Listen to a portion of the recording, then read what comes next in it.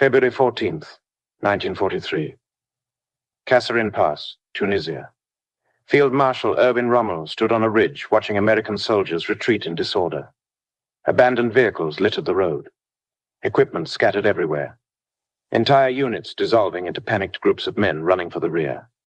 That evening, he wrote to his wife, Lucy, "The Americans are extraordinarily soft and immature. They show no staying power. At the first serious resistance, they fall back in confusion. 6 days of fighting. Over 6,000 American casualties. German forces had punched through American lines like they barely existed." Rommel's Africa Corps veterans had faced British, French, Australian, New Zealand, South African, and Indian troops. They knew what good soldiers looked like. The Americans, in their assessment, were not good soldiers. Rommel returned to his headquarters confident that the American threat in North Africa was minimal. The Wehrmacht could focus on the British Eighth Army advancing from the east. He was making the biggest miscalculation of his career, because in 21 days, everything would change. Not the soldiers, not the equipment, not the training pipeline. The leadership, the doctrine, the mindset. One man would arrive and transform a defeated, demoralized corps into an aggressive fighting force. And when German forces attacked those same American units again on March 23rd at El Guettar, they would discover something terrifying. The Americans learned faster than any army the Germans had ever fought. This is the story of the most dramatic military transformation of World War II, and what it teaches us about what actually wins battles. Kasserine, the anatomy of defeat. To understand what Patton fixed, you need to understand what broke at Kasserine Pass. February 14th through 20th, 1943. American forces were spread across central Tunisia in positions they didn't fully understand, executing a plan that made little tactical sense under commanders who'd never faced combat. Second Corps, America's main fighting force in North Africa, was commanded by Major General Lloyd Fredendall, a man who'd risen through peacetime promotions, excelled at staff work, and had absolutely no combat experience. Fredendall established his headquarters 70 miles behind the front lines. He had engineers blast a command bunker into solid rock, a project that took weeks and diverted resources from frontline units. Officers joked it was safe from anything except a direct asteroid strike. While Fredendall built his bunker, his divisions were scattered across a 100-mile front with poor communication, unclear objectives, and contradictory orders. When Rommel attacked on February 14th, he did what he always did. Concentrated force at weak points, punched through, then exploited the breakthrough with mobile forces. The American 1st Armored Division was split into small battalion-sized groups, penny packets, the British called them, scattered across multiple positions. When German armor attacked, these isolated groups couldn't support each other. They were defeated in detail. American tank crews trained on flat ranges in the United States positioned their Shermans on forward slopes where German gunners could see them clearly. German doctrine was to position tanks on reverse slopes where they were hidden until enemy armor came over the crest. American tanks were destroyed before they understood where fire was coming from. American infantry, told that their anti-tank guns could stop German panzers, watched shells bounce off Panzer IV frontal armor. The psychological impact was devastating. Your weapons don't work. The enemy seems invincible. You're taking casualties and accomplishing nothing. Units began withdrawing without orders. Then withdrawing became retreating. Then retreating became running. At Sidi Bouzid on February 14th, 2 American infantry battalions were surrounded and destroyed. Over 2,000 men killed or captured. The survivors streamed to the rear in disorder. At Spitla on February 17th, American forces abandoned the town. With such haste, they left behind fuel, ammunition, and functioning vehicles. By February 20th, German forces had advanced 30 miles, inflicted over 6,000 casualties, and captured thousands of tons of American equipment. Rommel wrote in his diary, "The American soldier has little combat experience and shows poor fighting spirit when things become difficult. Their leadership is cautious to the point of timidity. German intelligence assessments were even harsher. One report stated, American infantry lacks aggression. American armor is poorly employed. American leadership is indecisive. The American army in North Africa does not represent a serious threat." The Americans had been tested. They'd failed catastrophically. Back in the United States, newspapers reported the disaster. American mothers read about their sons being routed by the legendary Desert Fox. Questions arose. Could Americans actually fight? Were they too soft, too wealthy, too comfortable to match battle-hardened German veterans? In Tunisia, morale collapsed. Officers doubted themselves. Enlisted men doubted their officers. Everyone wondered if the Germans were simply better soldiers. Something had to change. Eisenhower, commanding Allied forces in North Africa, made the call. On March 6, 1943, Major General George S. Patton arrived to take command of Second Corps. He had exactly 21 days before the next offensive. Patton's arrival, the shock treatment. Patton stepped off the plane wearing polished cavalry boots, ivory-handled revolvers, and a helmet so shiny you could see your reflection in it. His first words to his staff were, "I'm here because of the sorry performance at Kasserine. We're going to change everything, and we're going to change it now." His first inspection of Second Corps headquarters was a volcanic eruption. Officers weren't wearing helmets. Soldiers had dirty uniforms. Vehicles were parked haphazardly. Guards weren't checking identification properly. No one saluted with snap and precision.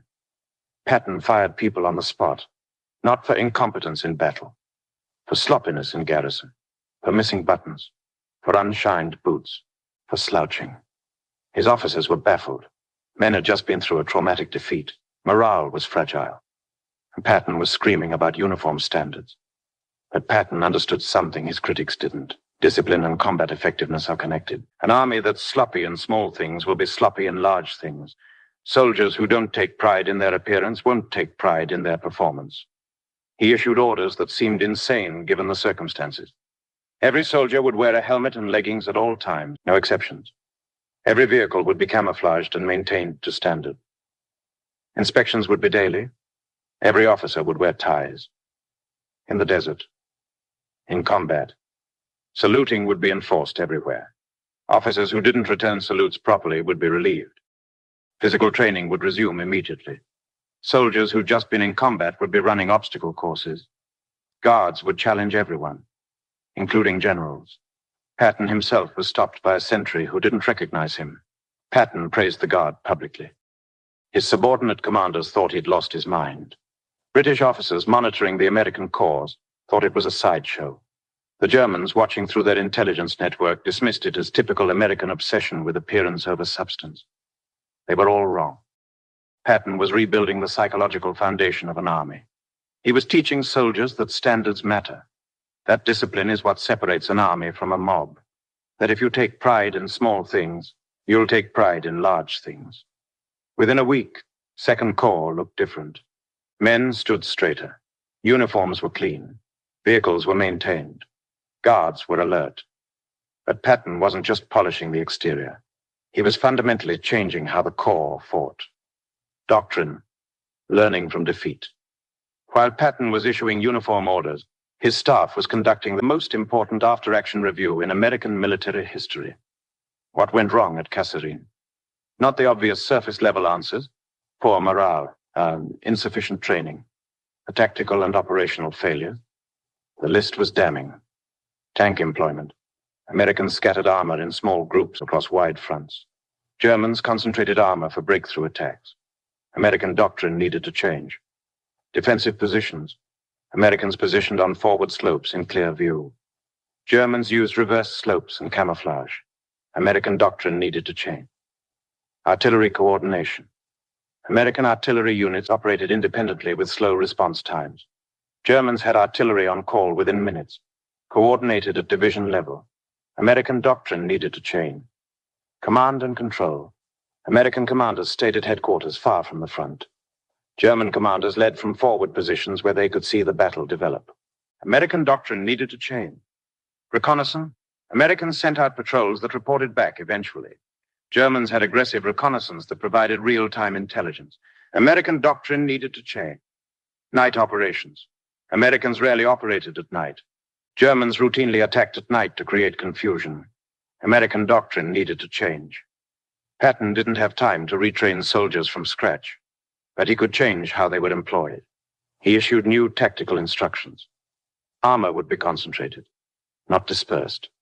Tank battalions would operate together with infantry support, not split into company-sized groups scattered everywhere.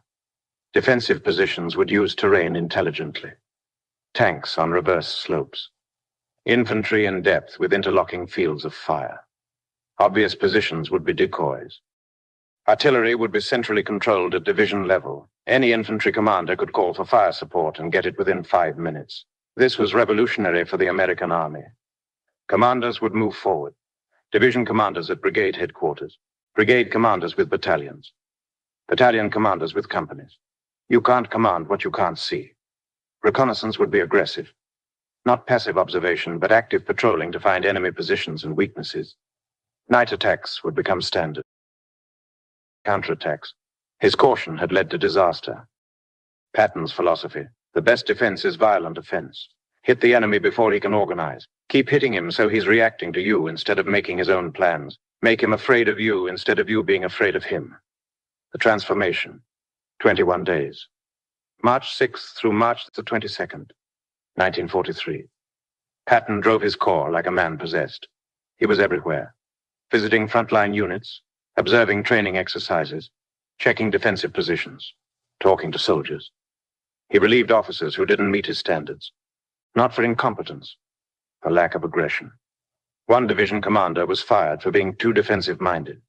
A colonel was relieved for not advancing fast enough during a training exercise. Patton's message was clear. Aggressive officers get promoted. Cautious officers get fired. Simple as that. He personally led training on tank employment. He had been a tank officer in World War I. He knew armor doctrine. He showed battalion commanders how to concentrate tanks for breakthrough attacks, how to coordinate with infantry, how to exploit success. He revolutionized artillery coordination.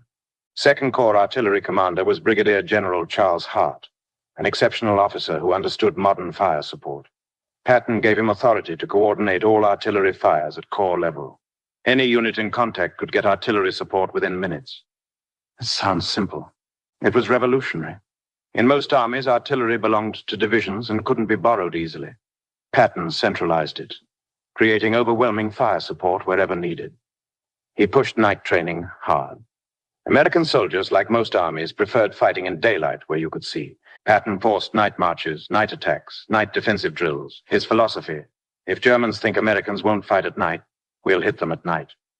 He emphasized speed and violence, not careful, methodical advances, rapid movement, hit hard, exploit success immediately. If you find a weak point, pour forces through before the enemy can react.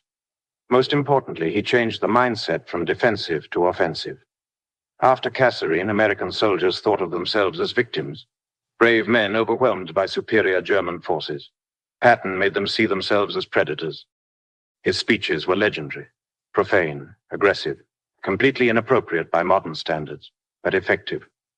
We're not here to die for our country. We're here to make the other poor bastards die for theirs. You don't win wars by defending. You win by attacking. By being so aggressive, the enemy is afraid to attack you. I don't want any messages saying we're holding our position. We're not holding anything. Let the enemy do the holding. We're advancing constantly. Some soldiers hated him. He was demanding, harsh, obsessed with discipline, but they respected him. Because unlike Fredendall, who commanded from 70 miles away, Patton was on the front lines. He exposed himself to fire. He led from the front. And the soldiers began to believe they could win. By March 22nd, the Second Corps was ready. Not a different army, the same soldiers who had been defeated at Kasserine, but transformed by leadership, doctrine, and mindset. The Germans were about to find out. El Guettar, the proving ground. March 23rd, 1943, El Guettar, Tunisia. General Hans-Jürgen von Arnim, commanding German-Italian Panzer Army, planned a spoiling attack against American forces near El Guettar. His intelligence said Americans were preparing an offensive. He'd hit them first, disrupt their preparations, inflict casualties, force them back on their heels. The plan was based on Kasserine precedent. German armor attacks, Americans panic and retreat. Germans exploit the breakthrough. The attack began at dawn. The 10th Panzer Division, veteran troops with combat experience in France, Russia, and North Africa, advanced toward American positions. They expected the Americans to withdraw like they had at Kasserine. Instead, the Americans were waiting in positions the Germans couldn't see. The 1st Infantry Division, the big red one, was dug in on reverse slopes, exactly as Patton's new doctrine demanded. German armor advancing across the valley couldn't see American positions until they were already in range. American artillery opened fire. Not the scattered, uncoordinated fire from Kasserine. Coordinated division and corps artillery dropping concentrated fire on German formations. German tank commanders were shocked. This volume of fire was what they expected from British or Soviet forces, not Americans. The 10th Panzer Division pushed forward. They'd been under artillery fire before. You keep moving, accept casualties, and close with the enemy. Then they ran into the American anti-tank gun line. At Kasserine, American anti-tank guns had been positioned forward where they were easily spotted and destroyed. At El Guettar, they were camouflaged and positioned in depth. German tanks coming over rises found themselves engaged from multiple angles. American tank destroyers, M10S with 3-inch guns, were positioned in hull-down positions where only their turrets were visible. When German Panzer IVs and Panzer IIIs came into range, American guns fired from concealed positions. The 10th Panzer Division lost 30 tanks in the first 2 hours. They regrouped and attacked again. This was standard German doctrine. If the first attack fails, reorganize and attack again with better coordination. American artillery hammered them again. American anti-tank guns that had survived the first attack relocated to new positions. When German armor advanced, they were hit from different angles. The Germans lost 20 more tanks. By afternoon, the 10th Panzer Division, a veteran unit that had smashed through American lines at Kasserine, was retreating in disorder. They'd lost over 50 tanks and suffered heavy infantry casualties. They'd barely reached American forward positions. Von Arnim was stunned. These were supposed to be the same Americans who collapsed at Kasserine 6 weeks ago. What had changed? The American counterattack. March 24th through April 7th, 1943. Patton's doctrine was clear. When the enemy attacks and fails, you counterattack immediately. Don't give him time to reorganize. American forces didn't wait for orders. Battalion and regimental commanders saw German forces withdrawing and attacked. This was initiative. Exactly what Patton had been demanding. The 1st Infantry Division advanced rapidly, pushing German forces back toward their starting positions. American armor, concentrated instead of dispersed, punched through weak points in German lines. The 9th Infantry Division conducted night attacks, catching German defenders off guard. Germans expected Americans to consolidate in daylight. American infantry hit them in darkness, creating confusion and panic. American artillery, now coordinated at corps level, dropped fire support anywhere it was needed within minutes. German units trying to organize counterattacks were broken up by artillery before they could even move. The transformation was complete. These weren't the uncertain, cautious Americans from Kasserine. These were aggressive soldiers executing modern doctrine under competent leadership. German after-action reports noted the change. One 10th Panzer Division officer wrote, "The Americans we faced at El Guettar were completely different from those at Kasserine. Their artillery was well coordinated. Their defensive positions were expertly chosen. Their counterattacks were immediate and aggressive. We suffered higher casualties against the Americans than we anticipated." Von Arnim reported to Berlin, "American combat effectiveness has improved dramatically. They are learning very quickly." By April the 7th, 2nd Corps had advanced 30 miles, captured over 3,000 prisoners, and destroyed or captured significant German equipment. Not a crushing victory, but a clear demonstration that Americans could fight effectively. More importantly, they'd faced the same German units that defeated them at Kasserine and forced them to retreat. Rommel, who'd been transferred back to Europe by this point, read the reports. He wrote to a colleague, "I may have underestimated the Americans.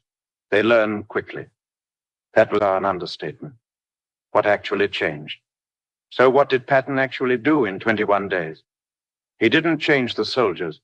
The men at El Guettar were the same men at Kasserine. Same training, same background, same equipment. He didn't change the equipment. 2nd Corps was still using Sherman tanks that were inferior to German Panthers in armor and firepower. Still using the same anti-tank guns, same rifles, same vehicles. He didn't change the training pipeline. Replacements still came from the same training centers in the United States. What changed was leadership, doctrine, and mindset. Leadership, Patton relieved cautious officers and promoted aggressive ones here. He led from the front, not from a bunker 70 miles away. He made decisions quickly and expected subordinates to do the same. He communicated intent clearly so junior officers could use initiative. Doctrine. American forces stopped using obsolete tactics and adopted modern ones. Concentrated armor instead of dispersed armor. Reverse slope defense instead of forward slope defense. Centralized artillery instead of fragmented artillery. Aggressive reconnaissance instead of passive observation. Mindset. Soldiers stopped seeing themselves as victims and started seeing themselves as predators. They stopped fearing German forces and started believing they could win. Officers stopped being cautious and started being aggressive. None of these required new technology. None required months of training. They required leadership that knew what it wanted and enforced it ruthlessly. This is the lesson of Kasserine and El Guettar. Good soldiers under poor leadership with poor doctrine will lose. Those same soldiers under good leadership with good doctrine will win. The German perspective. Post-war admissions. After the war, German generals who'd fought Americans provided fascinating insights.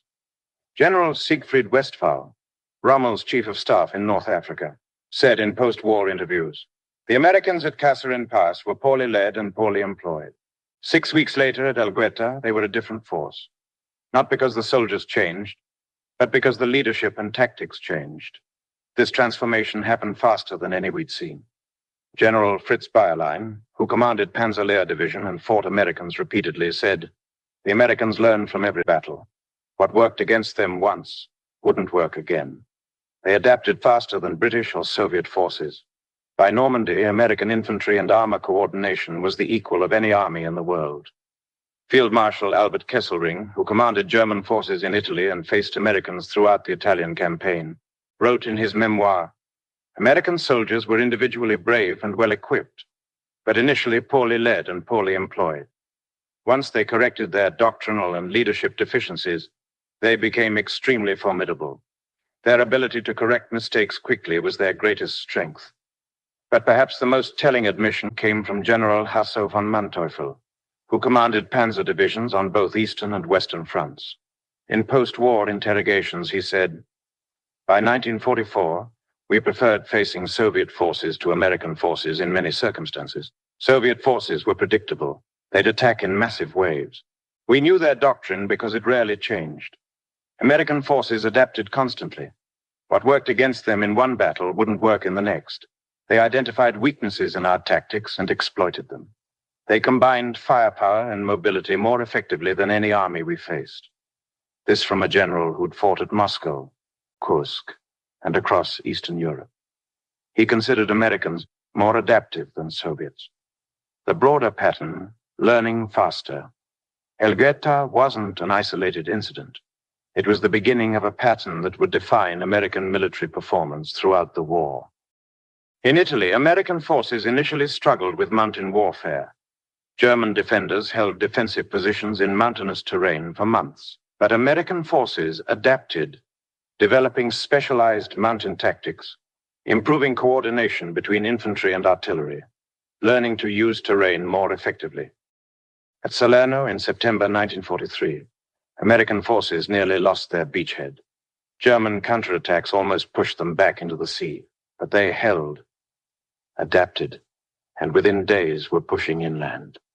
In Normandy, American forces at Omaha Beach nearly failed, but they adapted on the beach itself. Small unit leadership took over when command and control broke down. Soldiers improvised solutions to obstacles. Initiative at junior levels saved the landing. The blockage fighting in Normandy initially favored German defenders. Hedgerows created defensive positions that stalled American advances. American forces adapted, invented the Rhino tank hedge-cutting device, developed new tactics for clearing hedgerows, improved infantry armor coordination. At the Battle of the Bulge in December 1944, German forces achieved complete tactical surprise. American units were scattered and confused. Initial German advances were dramatic, but American forces adapted within days, reorganizing scattered units, establishing defensive positions, coordinating counterattacks. Within 2 weeks, the German offensive stalled. The pattern was consistent. American forces would face a new tactical or operational challenge, initially struggle, then adapt rapidly. German generals noted this pattern repeatedly. They'd develop tactics that worked against Americans, then find those same tactics didn't work weeks or even days later because Americans had already countered them. Soviet forces, in contrast, often took months to adapt to new German tactics. British forces were faster to adapt than Soviets, but slower than Americans. Why? Why Americans adapted faster? Several factors explain American adaptive speed. Decentralized decision-making. American military culture emphasized initiative at junior levels. NCOs and junior officers were expected to make decisions, not wait for orders. This meant lessons learned at tactical level spread quickly. After-action reviews. American forces conducted systematic after-action reviews following every significant engagement. Lessons learned were documented and distributed. This institutionalized learning. Flexible doctrine. American military doctrine was less rigid than German or Soviet doctrine. There was an expectation that doctrine would evolve based on experience. Communication infrastructure. American forces had extensive communication networks, not just tactical radios, but broader systems for sharing information across units and up to higher headquarters quickly. Officer rotation. American officers rotated between staff and command positions more frequently than German officers. This meant tactical lessons learned at front lines quickly reached headquarters staff who could update doctrine. Industrial capacity. Americans could rapidly produce new equipment to solve tactical problems. The Rhino tank hedge cutter was invented in Normandy and mass-produced within weeks. German forces couldn't respond to tactical challenges with new equipment that quickly. Culture. American culture valued pragmatism over tradition. If something didn't work, change it. German military culture valued tradition and established doctrine more heavily. But the most important factor was leadership's willingness to admit mistakes and change course. After Kasserine, American leadership didn't make excuses. They didn't blame soldiers or equipment. They identified failures in leadership and doctrine and fixed them. Eisenhower relieved Fredendall, despite Fredendall being well-connected politically. Patton was brought in despite his abrasive personality because he got results. This willingness to change leadership, change doctrine, and change tactics rapidly was America's secret weapon. The limits of technical superiority. The American experience in World War II demonstrates something important. Technical superiority doesn't guarantee victory. German tanks were often superior to American tanks. The Panther and Tiger had better armor and more powerful guns than the Sherman. In tank versus tank combat, German armor had significant advantages. But Americans won tank battles through superior doctrine, coordinating tanks with infantry, using artillery support effectively, concentrating armor at decisive points, using terrain intelligently. German infantry weapons were often superior. The MG-42 machine gun fired faster than anything Americans had. German anti-tank weapons were more effective at longer ranges. But Americans won infantry engagements through superior coordination, combined arms tactics, air support, artillery support, mobility. German officers were often more professionally trained. German military tradition emphasized officer education and professional development. But American officers adapted faster and showed more initiative at junior levels. The lesson? Doctrine, leadership, and adaptability matter more than technical specifications. This is profoundly important for modern military thinking. Nations often focus on acquiring the most advanced equipment, the best tanks, best aircraft, best weapons. The American World War II experience suggests this is misplaced emphasis. Better to have adequate equipment employed with excellent doctrine and leadership than superior equipment employed poorly. Patton's legacy, the myth and reality. George S. Patton became a legendary figure, probably the most famous American general of World War II alongside Eisenhower. The myth? Patton was a genius tactician whose aggressive personality won battles through sheer force of will. The reality is more complex and more interesting. Patton wasn't a tactical genius. His operational planning was sometimes flawed. His logistical understanding was weak. He made mistakes, notably the failed raid on Hammelburg late in the war to rescue his son-in-law from a POW camp. What Patton understood was psychology and leadership. He understood that soldiers need discipline to function effectively under stress.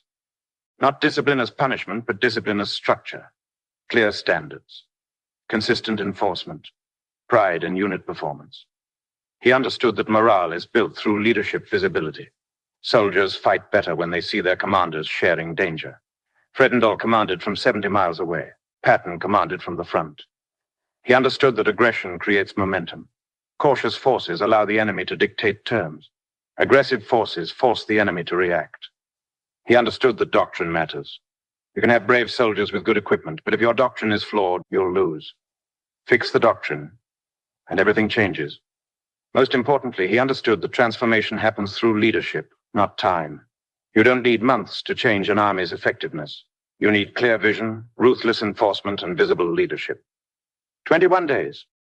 That's how long it took to transform a defeated corps into an effective fighting force. Not through magic, not through new equipment, not through better soldiers.